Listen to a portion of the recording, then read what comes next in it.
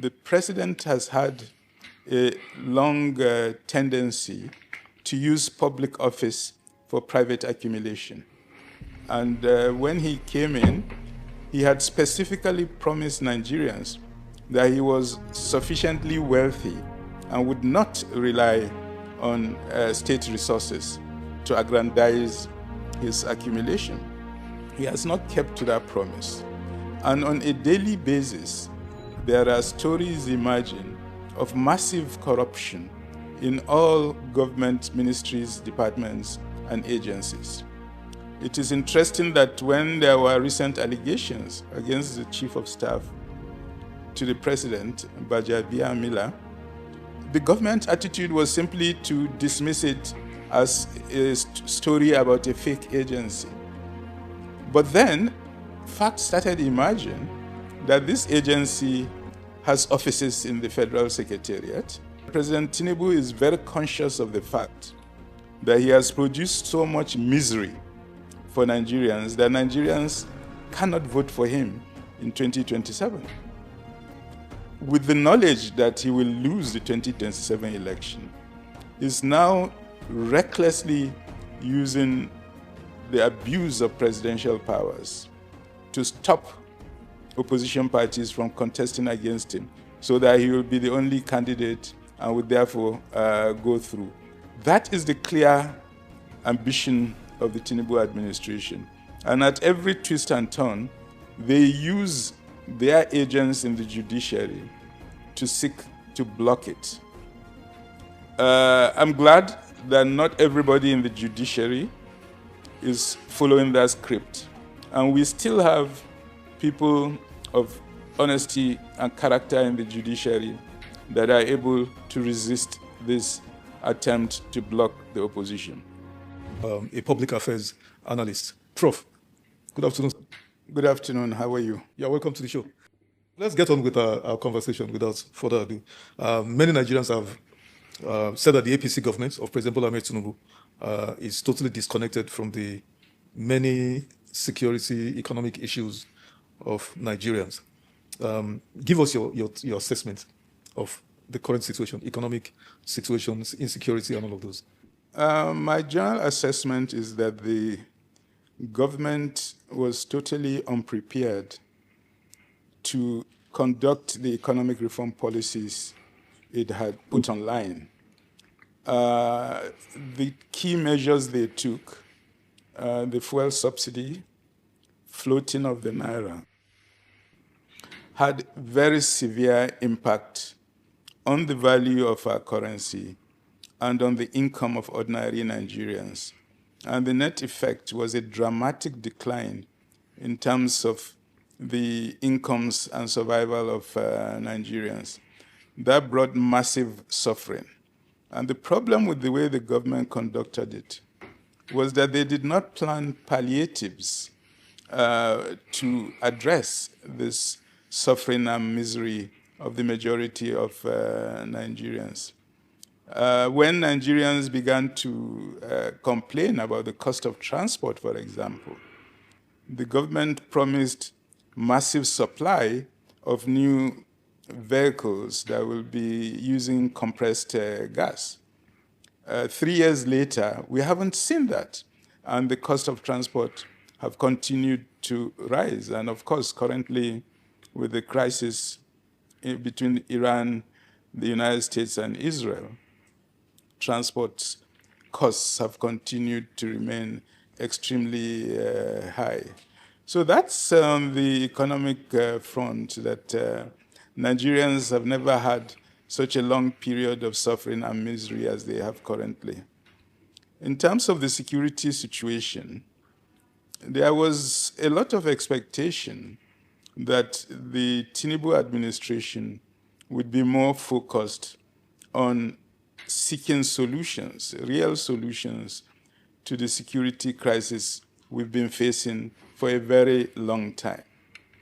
Nigerians had been very disappointed that the previous administration under General Buhari failed completely in its promise to address the security quagmire Nigeria faced. Tinubu has not been better. He has not brought up any new ideas.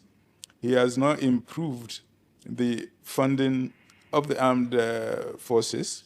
He has not been able to increase their efficacy and has become increasingly dependent on the United States coming to solve a security dilemma that Nigerian governments have failed to address.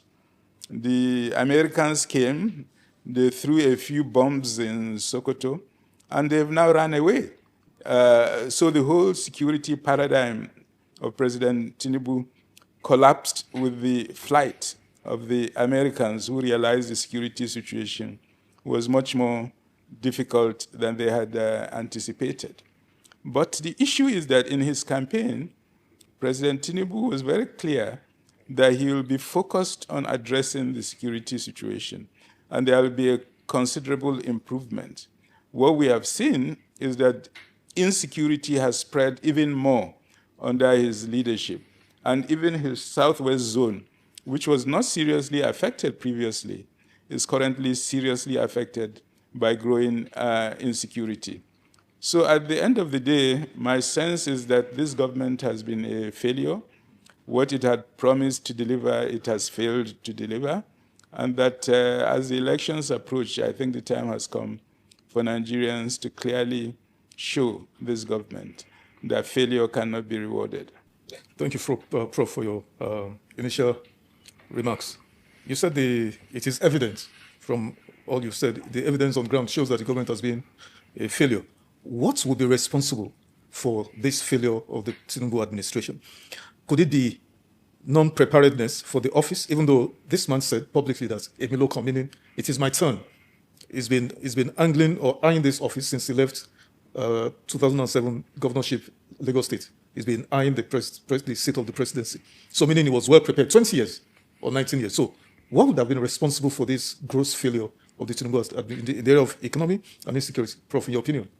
I think President Tinubu's failure is attributed to a fundamental problem he has, which is that the president has had a long tendency to use public office for private accumulation.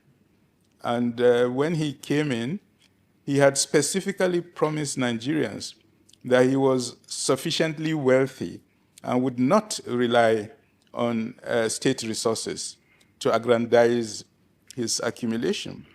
He has not kept to that promise. And on a daily basis, there are stories emerging of massive corruption in all government ministries, departments, and agencies. And the agencies that are charged with fighting against corruption have not shown enough resolve to address this problem. It is interesting that when there were recent allegations against the chief of staff to the president, Gbajabiamila, the government attitude was simply to dismiss it as a story about a fake agency. But then facts started emerging that this agency has offices in the Federal Secretariat. This agency has a line provision in the budget of the government. So how can a government say an agency is fake when it has given that agency offices, when it has given funds to the agency to operate?